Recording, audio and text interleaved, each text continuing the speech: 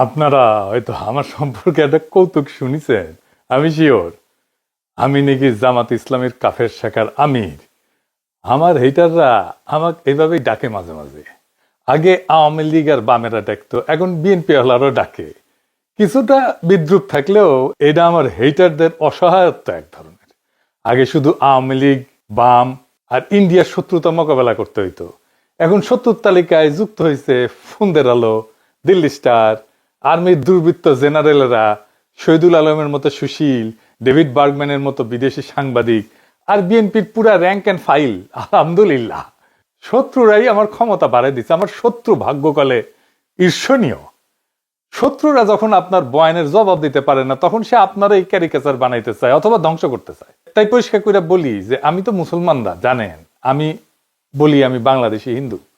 আমি জামাতের লোক না, জামাত করি না, এনসিপিরও কেউ না, এনসিপি করি না, কোনো রাজনৈতিক দলের সদস্য না, কোনো দল, কোনো গোষ্ঠী, কারো কাছে বিবেক বন্ধক দেই নাই। আমি আসছি বামপন্থী রাজনীতি থেকে। বাম রাজনীতির মধ্যে আমার রাজনৈতিক শিক্ষা বাইরে ওঠা। আমি এর ইতিহাস জানি, এর লড়াই জানি, তার সাহস জানি, তার দুর্বলতা জানি, তার ভীরুতা জানি, তার ব্যর্থতা জানি, বিশ্বাসঘাতকতাও জানি। আর ঠিক এই কারণেই আজ আপনাদের কাছে আমার একটা ব্যাখ্যা দেওয়ার দরকার আছে যে একজন আমার মতো মানুষ, যার শিকড় সেকুলার বাম রাজনীতিতে, সে কেন একটা ইসলামপন্থীদের নেতৃত্বাধীন নির্বাচনী জোটকে নির্বাচনে সমর্থন করতেছে। এর উত্তর আদর্শ না, ধর্মও না, এবং এটা কোনো ধান্দাবাজিও না। এর উত্তর হইল জুলাই। প্রশ্নটা হইল, জুলাই বেঁচে থাকবে নাকি জুলাইকে কবর দেওয়া হবে? 12 ফেব্রুয়ারি বাংলাদেশে এমন একটা নির্বাচনের মুখোমুখি যেটা তার ইতিহাসের সবচেয়ে গুরুত্বপূর্ণ নির্বাচনগুলোর মধ্যে একটা। এটা কোনো রুটিন নির্বাচন না, কোনো দল বনাম দলের লড়াই না। এটা একটা যুগান্তকারী সিদ্ধান্ত নেওয়ার নির্বাচন। এই দেশের ভবিষ্যৎ কোন দিকে যাবে আসলে, সেই সিদ্ধান্ত নেওয়ার নির্বাচন। আমরা আজ এমন সন্ধিক্ষণে দাঁড়ায় আছি, একটা পথ আমাদের পিছনের দিকে নিয়ে যাবে। দুর্নীতি, ফ্যাসিবাদ, চাঁদাবাজি, ধান্দাবাজি, পরিবারতন্ত্র আর অলিগারদের সেই পুরানো বন্দোবস্তের শাসনের দিকে। এমন এক অর্থনীতির দিকে যার ভিতরে লুটপাট আর অদক্ষতা ছাড়া আর কিছু নাই। তারা আমাদের নিয়ে যাবে এমন এক রাষ্ট্রের দিকে যার প্রতিষ্ঠানগুলোর উপরে মানুষের আর বিশ্বাস নাই। আপনারা দেখতেছেন না, আই হ্যাভ এ প্ল্যান বলে তাদের আয়ত্তের মধ্যে থাকা বেস্ট মেধাগুলোকে দিয়া যে প্ল্যান জাতির সামনে হাজির করেছে, সব কয়টা ফালতু, 2 পয়সার দাম নাই। যাদের দিয়ে প্ল্যান দেখাইছে ওরা জিন্দেগিতে একটা কোম্পানির প্ল্যান করে নাই। রাষ্ট্রের জন্য প্ল্যান তো দূর কি বাত, রাষ্ট্রের জন্য প্ল্যান বানাইতে আসছে। শখ কত কুজার হয়েছে, চিত হয়ে শোয়ার শখ। বাঙ্গুল্যান্ডারে খুব ইন্টারেস্টিং জিনিস দেখবেন, সব ভালসুনগুলো নিজেদেরকে বহুত তালেবার হিসেবে ভাবছে। এতদিন ধরা খাইতো না, এখন সকাল সন্ধ্যা ধরা খায় আমার কাছে। তাই ফরিদপুরে সোয়াবিন চাষ পায়, দিনাজপুরে আমের এক্সপোর্ট করতে চায়, নীলফামারীতে মেডিকেল কলেজ বানাইতে চায়, কুমিল্লায় ইপিজেড বানাইতে চায়, এভার কেয়ারের সরকারি হাসপাতালে রোগীর ডায়ালাইসিস করাইতে চায়, কারণ এভার কেয়ারের সারপ্লাস ক্যাপাসিটি আছে। আর 12,000 কোটি টাকা বাজেট দিয়ে সারা দেশের মানুষকে ফ্যামিলি কার্ড দিতে চায়। এই হইতেছে plan. I have a plan. বাংলার লুথার কিং, ও বাংলার লুজার কিং হবে। আর কার্ডের পরে কার্ড, তাও নাকি সব বেস্ট ব্রেন নিয়ে এসব বানাইছে। শুনেছেন? গতকালকে শুনেছিলাম, আজকেও আবার শুনেন, কারণ ওকে ধরিচ্ছি, দাঁড়ান শুনেন। বেশ অনেক মাস ধরে গুরুত্বপূর্ণ সব আপনার বিষয়গুলোতে জনাব তারেক রহমান বড় বড় আপনার টাস্ক ফোর্স টিম তৈরি করেছেন। হেলথ সেক্টর বলেন, এডুকেশন সেক্টর বলেন, এডুকেশনটার সাথে আমি নিজেই অতপ্রতভাবে জড়িত ছিলাম। আরো অনেকগুলো সেক্টরে গুরুত্বপূর্ণ টিমস তৈরি করেছেন পুরো ওয়ার্ল্ড, বাংলাদেশের যারা বেস্ট বিশেষজ্ঞ আছেন তাদেরকে নিয়ে। এই সেক্টরগুলোতে আমরা কিভাবে উন্নয়ন আনতে পারি এবং বিশ্বমাপে কম্পিটিটিভ আমরা হতে পারি, তো সেই জায়গা থেকে উনার বৃহত্তর প্ল্যান আছে। এটা আমি আপনাদেরকে পরিষ্কার জানিয়ে দিচ্ছি, উনার বৃহত্তর প্ল্যান আছে। শুনেছেন তো, টাস্ক ফোর্স করে এই সমস্ত বানাইছে। তাই রহমান, আপনার এই প্ল্যান তো কোনো মাঝারি সাইজের কর্পোরেটের ইন্টার্নকে দিলে করে দিতে পারতো, এসে ভালোভাবে করে দিতে পারতো, অনেক কম সময় করে দিতে পারতো। এই যদি আপনার বেস্ট ব্রেনের প্রোডাকশন হয়, তাহলে খবর আছে, আপনারও খবর আছে, দেশেরও খবর আছে। ইশতেহার ঘোষণা করেছে না বিএনপি, এই ইশতেহার যে লিখিছে সেও ফাঁকিবাজ, যাদের দিয়ে লিখাইছে প্রত্যেকটা ফাঁকিবাজ। 2001 সালে বিএনপির ইশতেহার থেকে চোথা মারিছে। সেই একই মনোরেল চালু করবে, বস্তিবাসীদের জন্য আবাসন করবে, কলকারখানায় নিরবিচ্ছিন্ন বিদ্যুৎ সরবরাহ করবে, বেকার ভাতা দিবে, ন্যায়পাল নিয়োগ দিবে। এইসব কিন্তু 2001 সালের ইশতেহারে ছিল, আবার দিচ্ছে। এখন বুঝিছেন তো, এগুলো করবে না। 25 বছর আগে তো কইছিলেন, তারপর তো ক্ষমতা আসছিলেন, তাই না? করেন নাই কেন এগুলা? প্রতিশ্রুতি দিছিলেন, করেন নাই কেন? কেউ জিগায় না, উত্তরও দিবে না, উত্তর তার জানাও নাই। এই যে প্রতিশ্রুতি দিচ্ছে, ইস্তেহারে নানা কথা লিখছে, এগুলো কিছুই করতে পারবে না, করবেও না। আচ্ছা আসেন আমরা এক্সাম্পল হিসেবে হাঙ্কেরে প্রিন্স ববি হাজ্জাজের আমলনামা দেখি। দেখা দরকার কারা বিএনপির হইয়া ভোটের মাঠে নামছে। ওইকে জানেন, ওর বাপের নাম মুসা বিন শমসের, বাংলাদেশের সবচেয়ে ধনী ব্যক্তি, এতই ধনী যে তারা নিয়ে ডকুমেন্টারি হয়। তারা প্রিন্স বলে ডাকে বিদেশিরা। সে যে জুতা পরে না, জুতা জুতা, তাতে ডায়মন্ড বসানো থাকে, হীরা হীরা হীরা বসানো থাকে জুতায়। মেনে মেনে করছি না, দেখেন। Every day I wear diamond shoes. I'm fed up. So maybe one day. You get a bit. Have you ever, worn your diamond shoes and then stepped in, something really disgusting?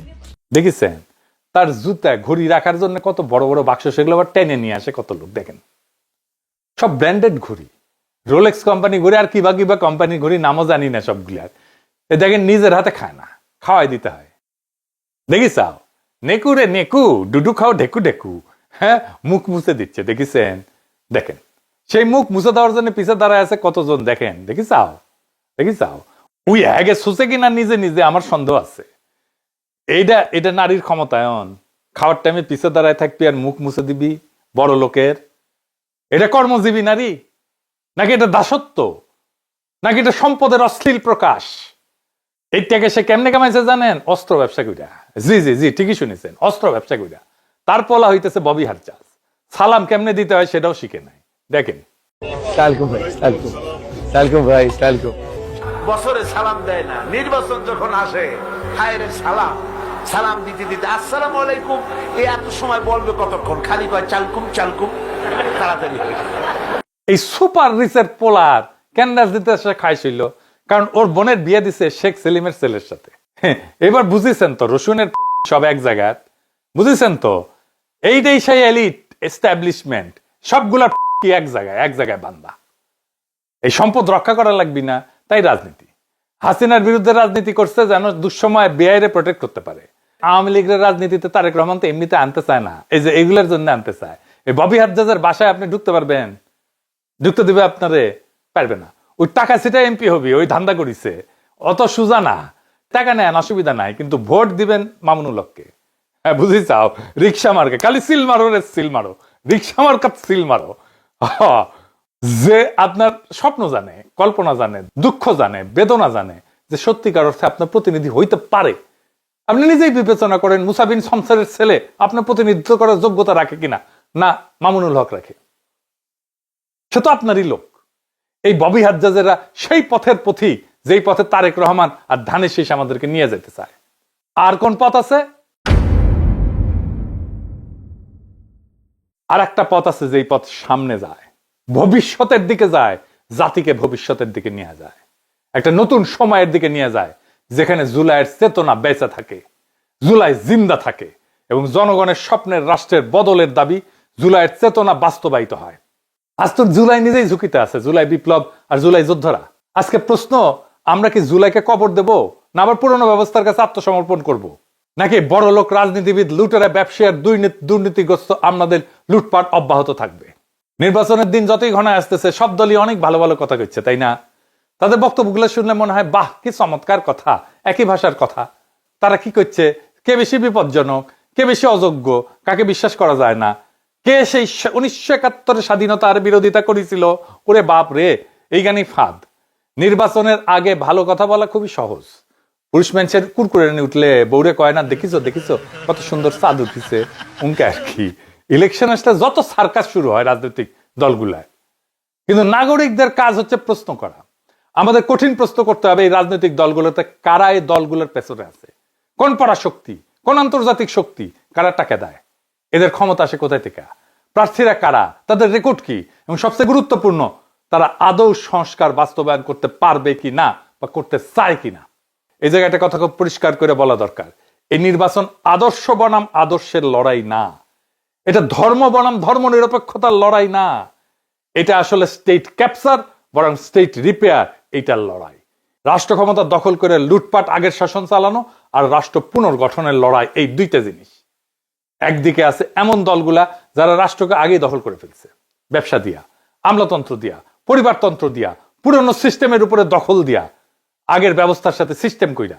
তাই তারা বলে হাসিনা না আসলেও হাসিনা পোলামাইয়া আসতে পারবে রাজনীতিতে। বাহ, চমৎকার। এই জন্য আমাদের বাচ্চারা রক্ত দিছিল, এই জন্য আমরা লড়াই করে ফেসিবাদ উৎখাত করছি, এই জন্য এত কষ্ট করছি আমরা। আর অন্যদিকে আছে এমন এক শক্তি যাদের এখনো পুরনো সিস্টেম খায়া ফেলায় নাই, দলের মধ্যে চোর ডাকাত লুটপাটকারী নাই যাদেরকে প্রোটেক্ট করতে হবে ওই দলদেরকে। তাই রাষ্ট্রকে মেরামত করার হিম্মত আছে তাদের। বিএনপি আসলে কি একটা? বিএনপি আর একটা কম শক্তিশালী আওয়ামী লীগ, কম বুদ্ধিমান আওয়ামী লীগ, কম সংগঠিত আওয়ামী লীগ। বিএনপি আওয়ামী লীগের মধ্যে দলের কম্পোজিশন, তার শ্রেণী চরিত্র, এটার মধ্যে কোনো তফাৎ নাই। বিএনপি একটা গভীরভাবে দুর্নীতিগ্রস্ত দল, গভীরভাবে দুর্নীতিগ্রস্ত দল। আর দলের লোকেরা তারেক রহমানের চাকর বাকর। আপনারা জিজ্ঞেস করেন তারেক রহমানের কিভাবে চলে, মানে সংসার চলে কিভাবে, মির্জা ফখরুলের সংসার চলে কিভাবে জিজ্ঞেস করেন। কই থেকে আসে? তারা রাজনীতি করতে আসে নাই, আসতে ধান্দা করতে। তাদের দেশকে নিয়ে কোনো মহৎ স্বপ্ন নাই। থাকলে হাসিনার আমলে জান প্রাণ দিয়ে লড়াই করতো, করে নাই। তারা আওয়ামী লীগের থেকে আলাদা না, একই জিনিসে তৈরি। আওয়ামী লীগ বিরিয়ানি হইলে বিএনপি তেহারি। ভাত পচলে খাওয়া যায়, বিরিয়ানি তেহারি পচলে খাওয়া যায় না। এই দুটোই পচা জিনিস। 90-এর দশকে এই দুই দল নীতি আদর্শ দিয়ে প্রতিযোগিতা করেনি, করছে দুর্নীতি, লুটপাট আর পাইয়া দেওয়ার রাজনীতি আর সহিংসতা দিয়া। 2006 সালে তত্ত্বাবধায়ক ব্যবস্থা ভাঙছে বিএনপির জন্য। বিএনপি দায়ী। সদ্য অবসরপ্রাপ্ত প্রধান বিচারপতিকে তত্ত্বাবধায়ক সরকার প্রধান হবে, এটাই ছিল সিস্টেম। 2004 সালে একটা সংবিধানের 4র্থ সংশোধনী গৃহীত হয়, অনেকেরই স্মরণ আছে। ওই সংশোধনীর মাধ্যমে বিচারপতিদের অবসরে যাওয়ার বয়সসীমা 65 থেকে 67 করা হয়, 2 বছর বাড়ানো হয়। এই বয়স বৃদ্ধির এই সিদ্ধান্তের পেছনে মূলত কাজ করছে পরবর্তী তত্ত্বাবধায়ক সরকার প্রধান কে হবে সেই হিসাব নিকাশ। সাবেক প্রধান বিচারপতি কে এম হাসানকে, যিনি একসময় বিএনপির রাজনীতির সাথে জড়িত ছিলেন, তাকে প্রধান উপদেষ্টা করাই ছিল এই সংশোধনীর মূল উদ্দেশ্য। যার ফল সামরিক শাসন, 1/11 এবং শেষ পর্যন্ত 15 বছরের ফ্যাসিবাদ। এই ফ্যাসিবাদ কায়েমের পিছনে পুরা দায় বিএনপির। সেই খাসলত বিএনপির বদলায় নাই। 2024-এর 5ই আগস্টের পরে বিএনপি চাঁদাবাজি, ধর্ষণ, খুন, জখম, বাড়ি দখল, 92% সহিংসতার সাথে বিএনপি জড়িত। তাও নিজের দলের লোকদের নিজেরা মারছে। কোন বাজার, হাট, ঘাট, bus stand, tempo stand, rickshaw stand, TV station, media, advertising firm দখল বাদ রাখি নাই, সব দখল করে ফেলছে। এস আলমের সাম্রাজ্য চালায় শ্রীলং সালাউদ্দিন, বেকাত্তর টিভি চালায় বরকতুল্লাহ বুলু, আর টিভির দখল নিছে ওয়াহিদুজ্জামান অ্যাপোলো। এই কারণেই তারা বিশ্ববিদ্যালয় নির্বাচনগুলোতে প্রত্যাখ্যাত হয়েছে। ছাত্ররা প্রত্যাখ্যান করছে তাদেরকে। ছাত্ররা আদর্শে ভোট দেয় নাই, তারা দুর্নীতির বিরুদ্ধে ভোট দিছে। আজ বিএনপি মনোনয়ন দিছে অসংখ্য বিতর্কিত ব্যক্তিতে। বিএনপির 59% ক্যান্ডিডেট ঋণ খেলাপি, ব্যাংকের ঋণ নিয়ে শোধ দেয় না, খায় ফেলছে, পাচার করে দিছে। আসছে দেশের সেবা করতে, লজ্জা করে না এদের। 15 বছর ক্ষমতার বাইরে থেকে হঠাৎ তাদের হাতে অধেল টাকা কই থেকে আসলো? ব্যাংক লুটের টাকা, ঋণ খেলাপের টাকা। কিভাবে আসলো, কেন আসলো? কারণ পুরনো অলিগার্করাও, হাসিনার সব ব্যবসায়ীরা আবার এমন একটা দল খুঁজে পেয়েছে যাদের সাথে ব্যবসা করা যায়, তারাও দিতেছে। হাসিনার লোকদের কাছ থেকে নিচ্ছে টাকা। এমনকি বিএনপি আওয়ামী লীগকে রাজনৈতিকভাবে পুনর্বাসন করবে বলছে। তাদের আপত্তি নেই হাসিনার পুত্র আর কন্যারা যদি রাজনীতিতে আসে। বিএনপি চলে হারামের টাকায়, প্রত্যেকটা পয়সা হারামের পয়সা, প্রত্যেকটা পয়সা হারাম টাকা। মানুষের অভিশাপ আছে ওই পয়সার গায়ে। তারপরে তারা বলে তারা দুর্নীতি উচ্ছেদ করবে, চান্দাবাজি উচ্ছেদ করবে। হায় রে হায়, খারাপ কারণ আমার ঘোড়া একটু হাসি। হয়েছে হয়েছে হয়েছে, আচ্ছা হয়েছে। দুর্নীতির টাকায় চলা দল দুর্নীতিকে উচ্ছেদ করতে পারে না। অলিগারদের উপর নির্ভরশীল দল সংস্কার করতে পারে না। এই কারণে জামাত এনসিপি জোট কাঠামোগতভাবে আলাদা। বাস্তব সংস্কার কেবল তারাই করতে পারে যারা দুর্নীতিগ্রস্ত ব্যবসায়ী আর আমলাতন্ত্রের কাছে বাধা পড়ে নাই। এই জোটের প্রতিশ্রুতিগুলো বিশ্বাসযোগ্য, কারণ তাদের দলে রক্ষা করতে হবে এমন চোর বাটপার নাই, লুটেরা নাই। তাদের নেতৃত্ব পুরনো বিষাক্ত রাজনীতিতে ডুবে নাই। দলে গণতন্ত্র আছে, পরিবারতন্ত্র নাই। সংবিধান সংস্কারের কথা তাদের মুখে শোভা পায়, কারণ তারা পরিবারতন্ত্র বাঁচাইতে রাজনীতি করে না। রহমান অ্যান্ড সন্স এর মাফিয়া সাম্রাজ্যের অংশ হইতে আসেনি তারা। 2 রহমান ফ্যামিলি তো, শেখ মুজিবুর রহমান আর জিয়াউর রহমান ফ্যামিলি, এই তো 2 রহমান অ্যান্ড সন্স। এরাই তো বাংলাদেশের রাজা, এরাই তো বাংলাদেশের হর্তাকর্তা বিধাতা। বিএনপি থেকেও রাজনীতি করতে আসে না তো, আসে ধান্দা করতে। আর এই ধান্দা করার জন্য কে কত বড় তারেক রহমানের চাকর হইতে পারবে এটা প্রমাণ করে। এটা সত্য যে জামাত এনসিপি দুর্নীতিগ্রস্ত সরকার চালানোর অভিজ্ঞতা তাদের নাই। আর এটাই তাদের সবচেয়ে বড় শক্তি। তারা বিশেষজ্ঞদের জন্য, স্বচ্ছতার জন্য, সংস্কারের জন্য ওপেন আছে, কারণ তারা পুরনো দায়ে বন্দী না। তাদের এমন কোনো ব্যাগেজ নাই যেটা তাদের বহন করতে হবে। এইবার আসি ভারত প্রশ্নে। সবাই ভারতের সাথে সংলাপের কথা বলে, সবাই সুসম্পর্কের কথা বলে। বিএনপি বলে জাতীয় স্বার্থের কথা, কিন্তু কার স্বার্থ? আওয়ামী লীগ 15 বছর একই ভাষা ব্যবহার করছে, ফল কি পেয়েছি? ইতিহাসের সবচেয়ে বাজে কূটনৈতিক সম্পর্ক পাইছি ভারতের সাথে, ভারতও এটাই পাইছে। আর এমন একটা জাতি যে নিজের আত্মসম্মান হারায় ফেলছে, তাতে কি ভারতের লাভ হয়েছে না বাংলাদেশের লাভ হয়েছে? কারোই লাভ হয়নি। ভারত শুধু আওয়ামী লীগের ফ্যাসিবাদী শাসনকে সমর্থনই দেয়নি, তারা তার বহু অপরাধী নেতাকে আশ্রয় দিয়ে রাখছে, যাদের ফাঁসি হয়ে গেছে। সংলাপ ভালো কথা, কিন্তু মর্যাদাহীন সংলাপ আসলে কূটনীতির পোশাকে আত্মসমর্পণ। ভারত নিজের মুসলমান নাগরিককে নিপীড়ন করে, তাদের বাংলাদেশি বলে সীমান্তের দিকে ঠেলে দেয়, আমাদের দেশে ঢুকায় দেয়, বাংলাদেশকে কাঁটাতারের বেড়ায় ঘিরে ফেলে, সীমান্তে পাখির মতো গুলি করে মানুষ মারে, কাঁটাতারে ঝুলায় রাখে, অপমানিত করে, অমানবিক আচরণের শিকার হয় আমাদের নাগরিকেরা ভারতের কাছে। কিন্তু তবু তারা ট্রানজিট চায় সেই দেশের বুকসিরা যে দেশের মানুষকে তারা আবর্জনা বলে মনে করে। এ কেমন কূটনৈতিক সম্পর্ক? এ কেমন রাষ্ট্রে রাষ্ট্রের সম্পর্ক? একটা জাতির মর্যাদার কি কোনো দাম নাই? এই জায়গায় জামাত, এনসিপি জোট এবং জুলাইয়ের যোদ্ধারা পরিষ্কার, আগে মর্যাদা, সংলাপ পরে। এখন পশ্চিমা আর বাঙ্গি সুশীলদের ভয়গুলার কথায় আসি। নারীর অধিকার, সংখ্যালঘুর অধিকার, ইসলামী রাষ্ট্র হইতেছে কিনা, শরিয়া আইন আসতেছে কিনা, এই উদ্বেগগুলা বাস্তব এবং এগুলোকে উড়ায় দেওয়া যাবে না। বাংলাদেশ গভীরভাবে ধর্মপ্রাণ দেশ। বাংলাদেশের মানুষ তার ধর্মের কাছাকাছি থাকতে চায়, কিন্তু বাংলাদেশের মানুষ ধর্মীয় সম্প্রীতি কি সেটা জানে। বাংলাদেশের সাম্প্রদায়িক টেনশন লাগায় রাখছে দুইটা দল, বিএনপি আর আওয়ামী লীগ। হিন্দুদের সম্পত্তি দখল করছে কে? আওয়ামী লীগ আর বিএনপি তো ভাগাভাগি কইরা। আওয়ামী লীগ বেশি করছে, বিএনপি একটু কম করছে, কিন্তু ভাগাভাগি করে করছে। এটা ডেটার কথা, বানায় বানায় বলা কথা না। বাংলাদেশে যতগুলো হিন্দুদের উপর আক্রমণ হয়েছে সবগুলোতে আওয়ামী লীগ এবং বিএনপির স্থানীয় লোকজন ছিল। আমি বলতেছি, দায়িত্ব নিয়ে বলতেছি, প্রত্যেকটা ঘটনার দেখায় দেওয়া যাবে, অঙ্ক কষে দেখায় দেওয়া যাবে। আপনি একটাও ঘটনা দেখাইতে পারবেন না যে এখানে জামাতের লোকজন যুক্ত ছিল। এই আওয়ামী লীগ আর বিএনপির মূল লক্ষ্য হচ্ছে বাংলাদেশের সংখ্যালঘু সম্প্রদায়কে, বিশেষ করে হিন্দু সম্প্রদায়কে নিজের স্বার্থে ব্যবহার করা, নিজের হীন রাজনৈতিক স্বার্থে ব্যবহার করা। দেশে থাকলে ভোটটা তার, ইন্ডিয়া পালাইলে জমিটা তার। এইবার সাধারণ হিন্দু সম্প্রদায় জায়গা মতো ভোট দিয়ে দিবে, সিল মারো রে সিল মারো। এনসিপি জামাত তাদেরকে পূর্ণ মর্যাদায় নাগরিক হিসেবে ট্রিট করবে। তারা সিদ্ধান্ত নিয়ে ফেলছে, ইলেকশনের দিন তাদের বুঝতে পারবেন। এবং এর ফল যেটা হবে, বাংলাদেশের সংখ্যালঘু সম্প্রদায় বাংলাদেশের 55 বছরের ইতিহাসে যেমন আজাদির সুখ পায় নাই, সেই আজাদির সুখ, সেই আজাদির স্বপ্ন তাদের পূরণ হবে। এইটা তারা পাইতে যাইতেছে এই জামাত এনসিপির শাসনে। লিখে রাখতে পারেন, গত 15 বছরের দমন বাংলাদেশের ইসলামী নাম পরিচয় মুছে দেওয়ার চেষ্টা করছিল, পারে নাই। ক্ষোভ বাড়াইছে, ইসলামী পরিচয়ের ঝান্ডার নিচে মানুষ সংগত হয়ে দাঁড়াইছে।